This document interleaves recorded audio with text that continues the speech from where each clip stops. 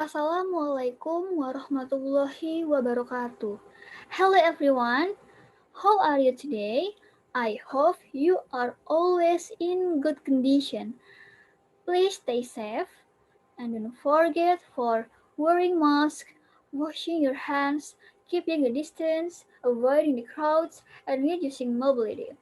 And don't forget to always wear mask and bring hand sanitizer everywhere. Okay, students, today is your class with me, Miss Elda. And today we are going to learn about descriptive text. Nah, dari namanya saja sudah dapat ditebak kalau descriptive text ini merupakan teks yang untuk mendeskripsikan sesuatu, bisa orang, hewan, tempat, ataupun benda. Tapi perlu digarisbawahi bahwa sesuatu atau objek yang dideskripsikan harus spesifik, tidak boleh umum, atau hanya ada satu di dunia. Misalnya, Justin Bieber. Nah, Justin Bieber itu hanya ada satu di dunia. Walaupun misalkan Justin Bieber memiliki kembaran, tetap saja masing-masing di antaranya memiliki karakteristik yang berbeda. Dan tentunya saat dideskripsikan pastinya akan berbeda. Nah, contoh lainnya seperti my cat. Nah, kucing saya. Nah, yang dideskripsikan di sini spesifik, yaitu kucing saya. Jangan hanya kucing saja. Kalau kucing saja itu umum karena kucing itu banyak. Bisa kucingnya tetangga kamu, bisa kucingnya teman kamu, bisa kucingnya si Ani atau si Budi. Nah, kalau sudah jelas kucing mana yang akan dideskripsikan, itu bisa termasuk dalam deskriptif teks. Contoh lainnya, misalnya Monas. Nah, Monas itu hanya ada satu di dunia, hanya ada di Indonesia, tidak ada di negara lain. Oke, kita akan bahas materi ini lebih mendalam. Baik, dalam pembahasan ini kita akan membahas mengenai definition of description text, purpose of descriptive text, generic structures of descriptive text, language features of descriptive text, and examples of descriptive text. Oke, yang pertama yaitu definition of descriptive text. Descriptive text is a text that describes a particular person, animal, place, or thing. Jadi, descriptive text ini adalah suatu teks yang mendeskripsikan orang tertentu, hewan tertentu, tempat tertentu, atau benda tertentu. Seperti yang telah Miss jelaskan sebelumnya, bahwa objek yang dideskripsikan tidak boleh umum, harus khusus, harus spesifik. Contohnya seperti ini. Nah, contoh particular person di sini seperti Justin Bieber. Justin Bieber spesifik, hanya ada satu di dunia. Contoh particular animal, contoh seperti my cat, my cute cat. Nah, jelas di sini yang akan dideskripsikan itu kucingnya saya. Nah, contoh lainnya seperti Anis Rabbit. Di sini jelas banget bahwa yang akan dideskripsikan yaitu kelincinya si Ani, ya kan? Tidak umum. Nah, contoh lainnya dari particular thing seperti my beloved teddy bear. Nah, di sini jelas banget kalau yang akan dideskripsikan yaitu teddy bear kesayangan saya, tidak secara umum. Dan tolong digarisbawahi bahwa tidak boleh umum, harus spesifik. Dan untuk particular place, contohnya seperti Monas, Borobudur Temple, Dufan, dan lain sebagainya. Bagaimana kalau misalkan Dufan ada 2 cabang? Nah, walaupun ada 2, pastinya tentu berbeda dong. Dari lokasinya pasti akan berbeda. Dan suasananya juga akan berbeda, bukan? Nah, sudah paham ya? Oke, oleh karena itu, purpose of descriptive text is to describe a particular person, animal, thing, or place. Kalau kamu mendeskripsikan particular person, berarti the purpose-nya is to describe a particular person. Nah, kalau kamu mendeskripsikan particular animal, berarti purpose-nya or social function-nya is to describe a particular animal. Kalau kamu mendeskripsikan benda tertentu, berarti is to describe a particular thing. Nah, kalau kamu mendeskripsikan tempat tertentu or particular place, berarti to describe a particular place. Seperti itu. Oke, selanjutnya yaitu ada generic structures of descriptive text. Ada 2, tidak boleh salah satunya. Oke, kalau hanya salah satunya tidak bisa dikatakan descriptive text. Oke, jadi generic structures of descriptive text itu yang pertama, di bagian pertama, yaitu identification. Yang bagian kedua itu description. Tidak boleh dibalik. Oke, untuk identification itu berupa introduction, berupa gambaran umum mengenai objek yang akan dideskripsikan. Jelas ya, di sini pengertiannya saja.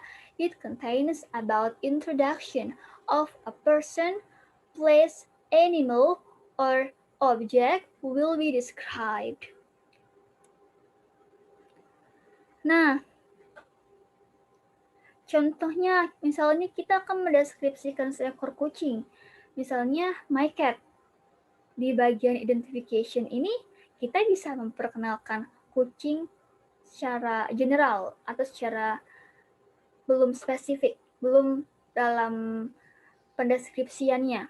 Misalnya, kucing tersebut namanya siapa, dari mana, pemberian dari orang kah, atau kita beli kah, seperti itu. Jadi, sekali lagi, dalam identification ini, itu berupa bagian pendahuluan atau pembuka, atau gambaran umum tentang objek yang dideskripsikan. Oke, selanjutnya, setelah identification itu ada di paragraf pertama. Nah, selanjutnya di paragraf kedua itu ada description. Nah, description, it contains a description of something such as animal, thing, place, or person by describing its features, forms, colors, or anything related to what you want to describe. Nah, jadi dalam description ini berisi penggambaran secara detail mengenai objek yang telah dibahas di bagian identification tadi. Nah, penjelasan secara detail ini bisa berupa ciri khas, tampilan, bentuk, warna, kebiasaan, dan lain sebagainya. Oke, selanjutnya kita membahas mengenai language features of descriptive text. Jadi, apa saja sih yang diperlukan untuk menulis descriptive text? Yang pertama, itu specific participant. It has a certain object and it is not common. Only one, tidak boleh umum, hanya satu. Jadi, specific participant ini bisa particular person, particular animal, particular thing, or particular place. Nah, seperti yang sudah dijelaskan sebelumnya. Contohnya, Pink Beach, My House, Borobudur Temple, My Favorite Novel, dan sebagainya. Yang kedua, yaitu menggunakan simple present tense. The sentence pattern used is simple present because it tells the fact of the object described. Kenapa sih memakai simple present tense? Karena salah satu fungsi simple present tense itu untuk menyatakan fakta, kebenaran. Nah, apa yang kita describe tadi ya berdasarkan kenyataan yang ada. Itu maksudnya. Oke, yang selanjutnya itu ada action verb. Verbs that show an activity. For example, run, sleep, walk, cut, dan lain sebagainya. Dan yang terakhir itu using adjective. It is to clarify the noun. For example, beautiful, handsome, delicious, good, salty, cute, dan sebagainya. Oke, selanjutnya kita akan membahas the examples of descriptive text. Di sini ada salah satu contoh dari particular animal, yaitu contohnya my cat. Di sini sudah dijelaskan, sudah dicantumkan generic structures-nya.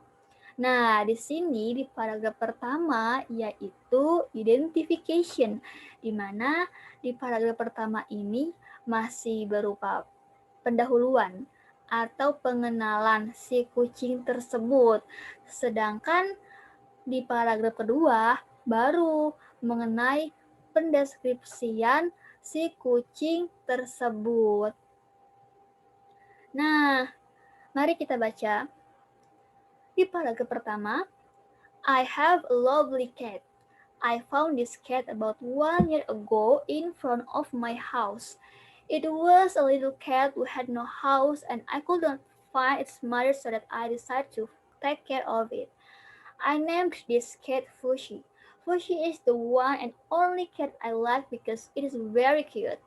Nah, di sini sejelas bahwa di identification ini belum ada pendeskripsian kucing tersebut secara detail, di mana di paragraf pertama ini si penulis menjelaskan bahwa dia memiliki seekor kucing kesayangan.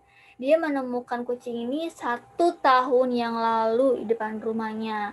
Dia itu tidak memiliki rumah dan saat penulis mencari mamanya, ibu si kucing tersebut tidak ada, dan sehingga si penulis memutuskan untuk merawat kucing tersebut dan dia memberikan nama kucing ini yaitu Fushi, dan dia sangat menyukai Fushi karena Fushi itu lucu.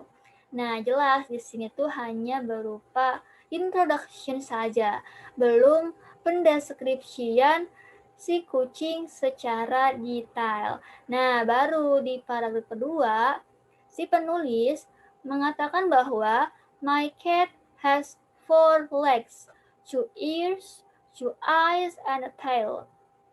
Its body is covered with soft fur. It has sharp teeth and sharp claws. It has lovely eyes. It drinks milk. It also eats meat, rice, and fish. It can climb up a tree and can jump from one tree to another.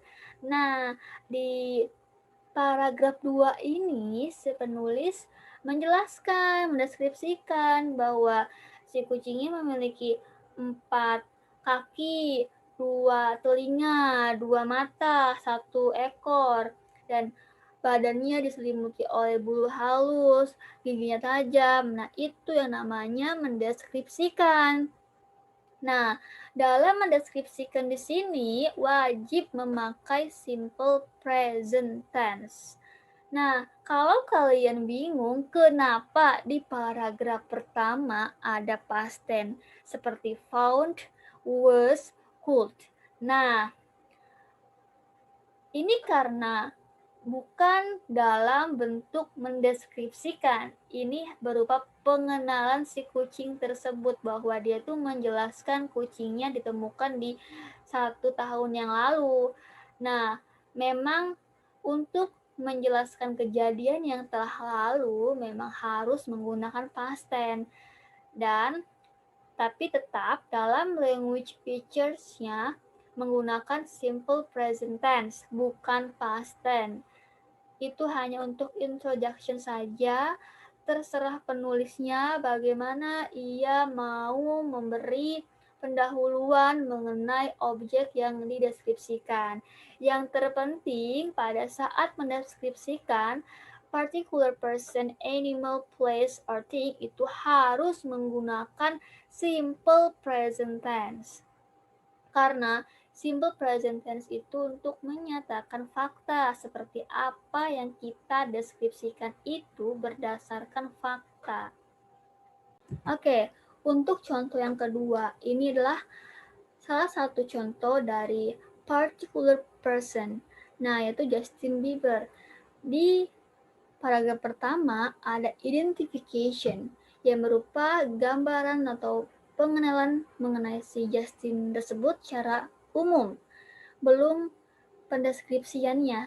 Nah, di paragraf kedua, si penulis sudah mulai mendeskripsikannya, mulai dari menjelaskan tingginya, menjelaskan bentuk mukanya, menjelaskan warna rambutnya. Nah, seperti itu. Nah, ini adalah salah satu contoh dari particular thing, di mana paragraf pertama seperti biasa itu adalah identification, dan paragraf kedua itu berupa description. Oke, yang keempat, ada salah satu contoh dari particular place, yaitu National Monument atau Monas. Nah, seperti biasa lagi, di paragraf pertama itu berupa identification, masih gambaran umum, belum mendeskripsikan si Monasnya secara detail. Pendeskripsiannya seperti biasa di paragraf kedua atau paragraf kedua, ketiga, keempat, dan seterusnya.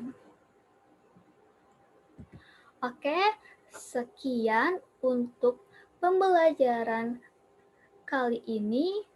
Terima kasih banyak, dan setelah ini silakan lanjut kembali pada diskusi grup kelas. Terima kasih. Wassalamualaikum warahmatullahi wabarakatuh.